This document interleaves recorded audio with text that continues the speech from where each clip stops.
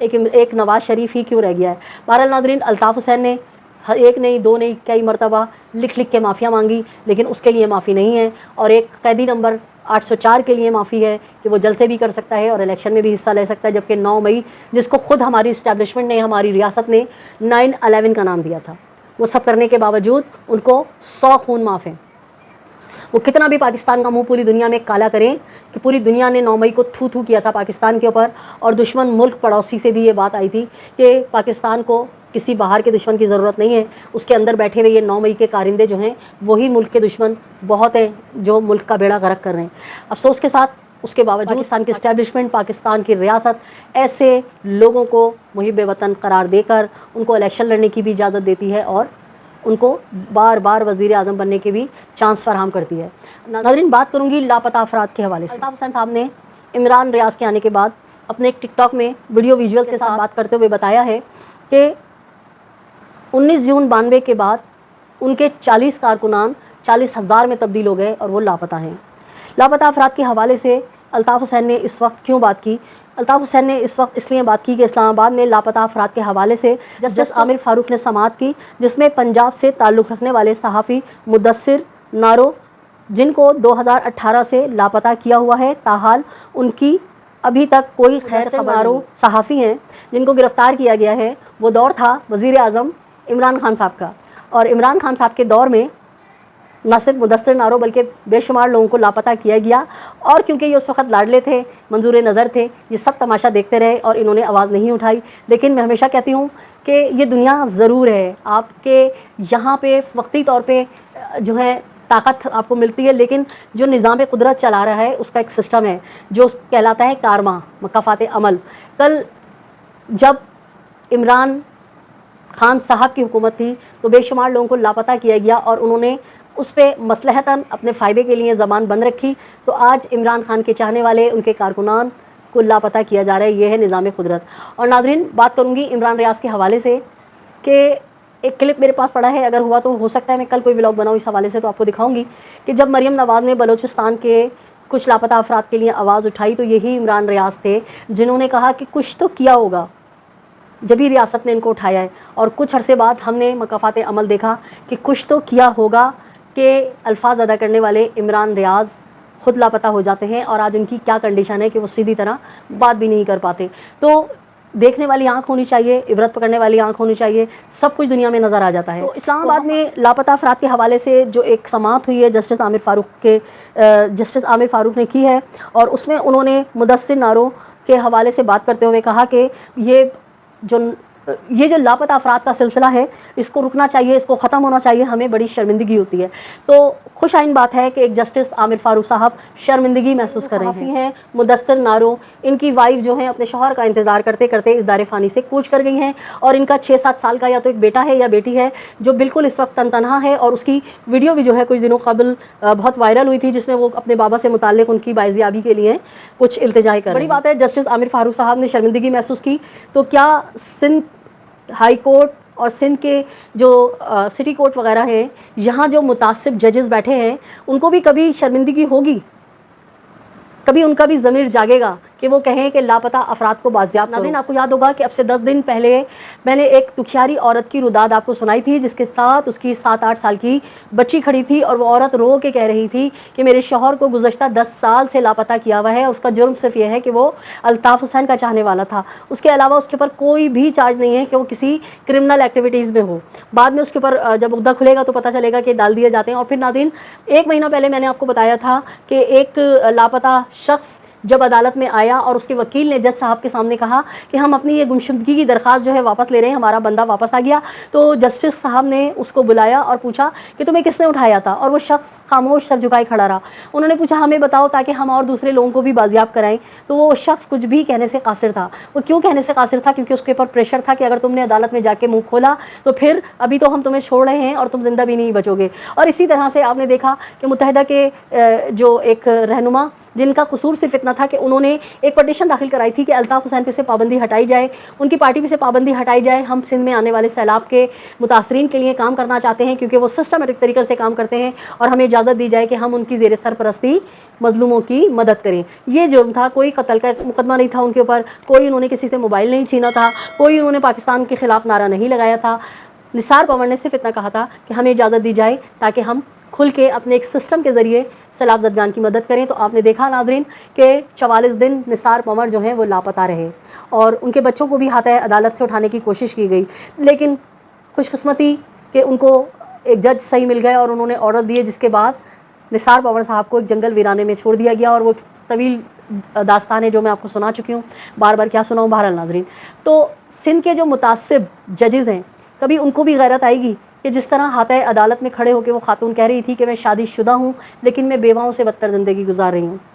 اور ان کا جو ایک بیٹا ہے وہ بھی اسی طرح باپ کا راہ تکتے تکتے روتے روتے دنیا سے کوچ کر گیا. تو الطاف حسین صاحب نے مطالبہ کیا ہے کہ اگر آپ پی ٹی آئی کے اور دیگر پنجاب کے جو لاپتہ افراد ہیں ان کے لیے آواز اٹھا رہے ہیں, بہت اچھی بات ہے, اور ان کو بازیاب بھی کرا رہے ہیں, تو خدا را کراچی والے بھی گوشت پوست کے بنے ہوئے ہیں, ان کے جسم میں بھی خون دوڑتا ہے, پانی نہیں دوڑتا. ان کی ماؤں نے بھی انہیں بہت تکلیف سے پیدا کیا ہے, ان کی ماؤں نے, باپ نے بڑی محنتیں کی ہیں, بڑا خون پسینہ ایک کر کے ان کو پالا تھا, پوسا تھا, اور خواب سجائے تھے کہ بیٹا جوان ہوگا, بچے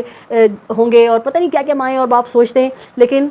19 جون 92 سے جو 40 افراد لاپتہ کیے گئے تھے ان کی تعداد اب 40,000 پہنچ چکی ہے. تو میں نے کل بھی آپ سے اپنے ولاگ میں کہا تھا کہ ہر چند کہ ایک پٹھان نوجوان کی ویڈیو آ رہی ہے کہ ہم آپ سے معافی مانگتے ہیں, ہم نے آپ کو غلط سمجھا تھا, اور پی ٹی آئی کے بہت سارے کارکنان ہیں جو کہ الطاف حسین کے نظریات کی حمایت کر رہے ہیں. مگر افسوس کہ سب کچھ ہونے کے باوجود آپ لوگ ابھی تک بھی اس خلوص نیت سے الطاف حسین یا اس کے کارکنان جن کو ماورائے عدالت قتل کیا گیا, جن کو لاپتہ کیا گیا, آپ لوگ ابھی بھی ان کے لیے آواز نہیں اٹھا رہے, نہ ہی سوشل میڈیا پہ اور نہ ہی کہیں اور. تو ابھی بھی آپ مصلحتوں کا شکار رہیے.